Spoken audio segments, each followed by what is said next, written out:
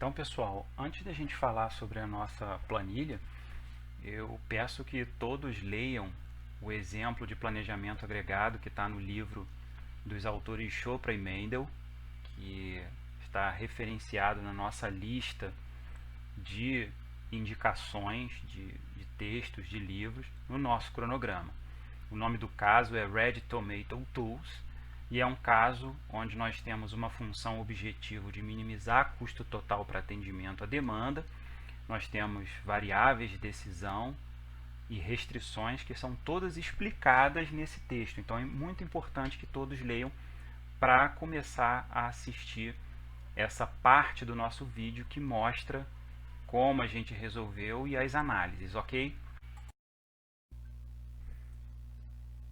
Então, pessoal, nós temos aqui a nossa planilha e essa planilha é dividida em três partes. A parte onde nós tratamos as variáveis de decisão do planejamento agregado. Nós temos a parte com os dados e cálculo do custo individual de cada uma dessas variáveis, ok? E nós temos onde nós vamos apresentar o resultado final, que é o custo total.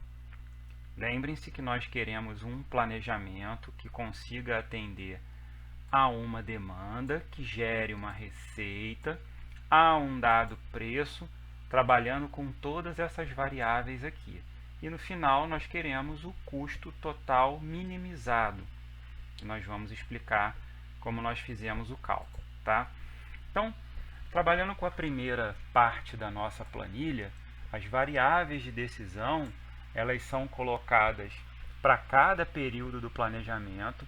Então, o período 0 é o período atual, é a situação atual que nós temos. E nós vamos planejar para os períodos futuros, que aqui a gente pode tratar como meses, cada uma dessas variáveis.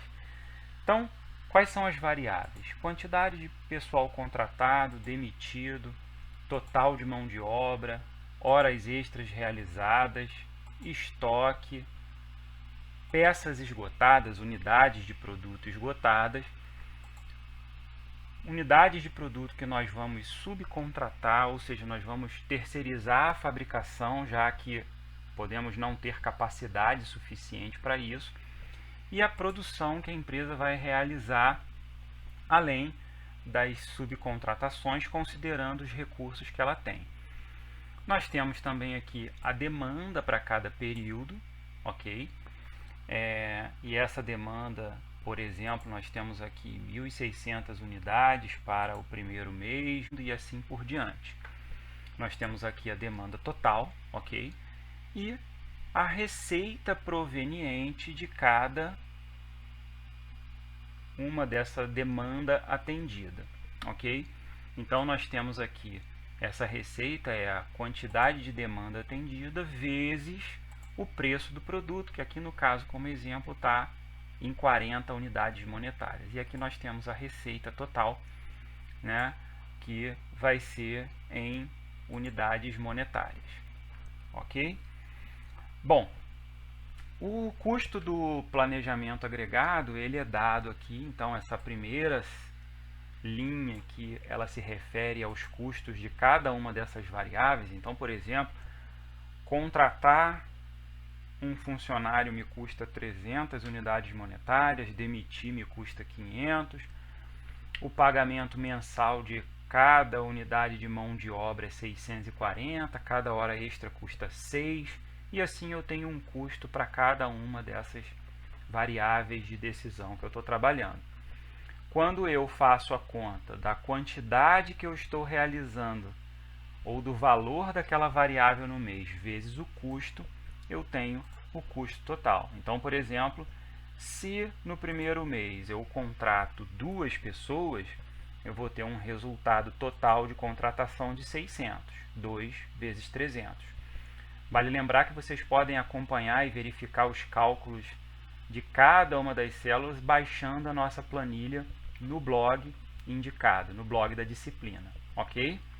Bom, então, quando eu tiver o custo mensal de cada uma dessas variáveis aqui, eu tenho um resultado final que é a soma de todos os custos que vai me dar o meu custo total, ok?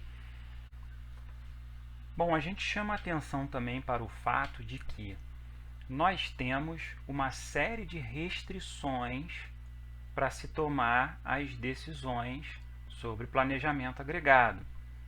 Então, o detalhamento dessas restrições estão também no capítulo do nosso livro, ok? E a gente vai comentar sobre algumas delas aqui.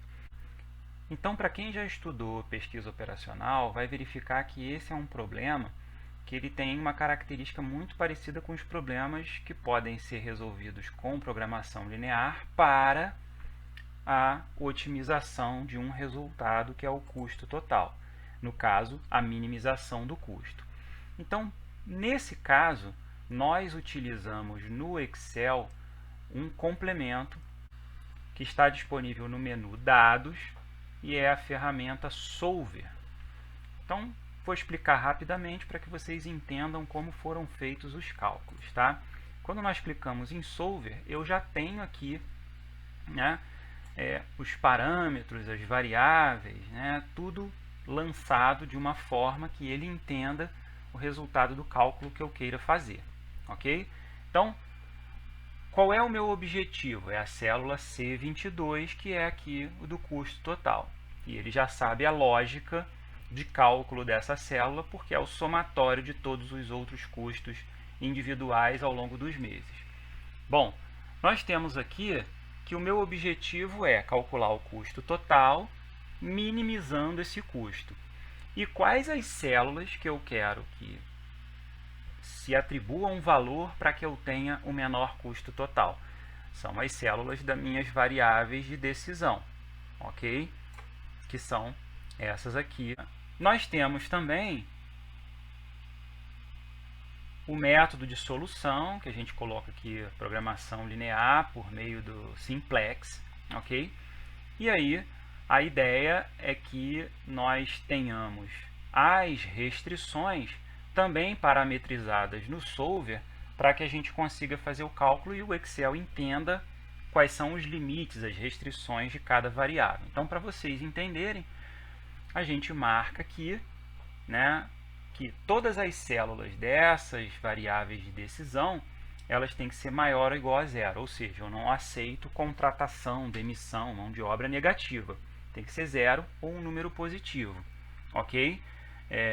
Eu tenho uma outra restrição também, de que ele vai usar aqui números inteiros e não números fracionados. Por exemplo, eu não posso contratar um funcionário e meio ou demitir meio funcionário, ok?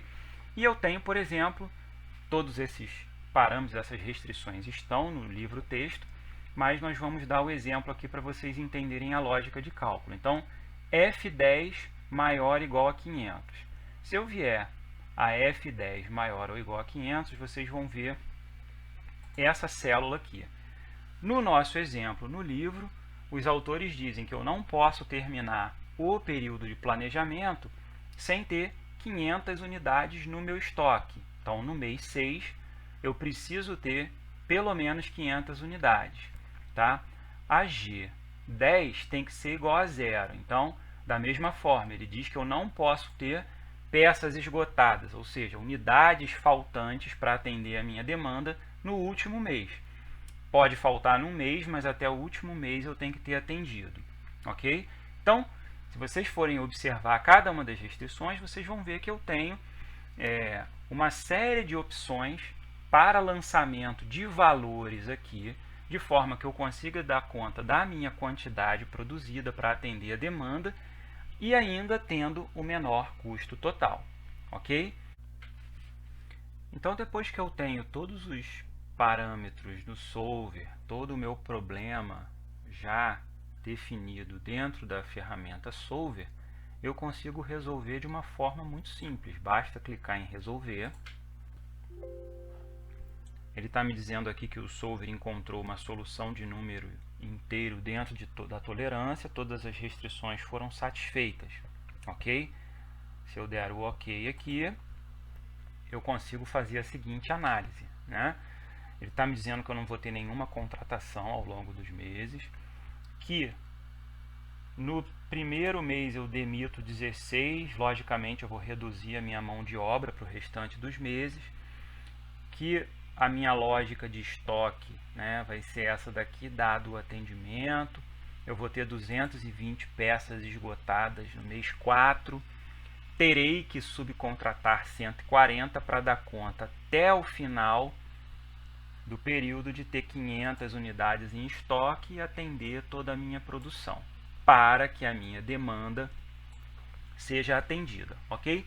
Então, essa é uma solução que o Solver apresenta para a gente, que nós deveríamos seguir ao longo dos meses, para que se tivesse ao final desses 6 meses um custo total de 422.660.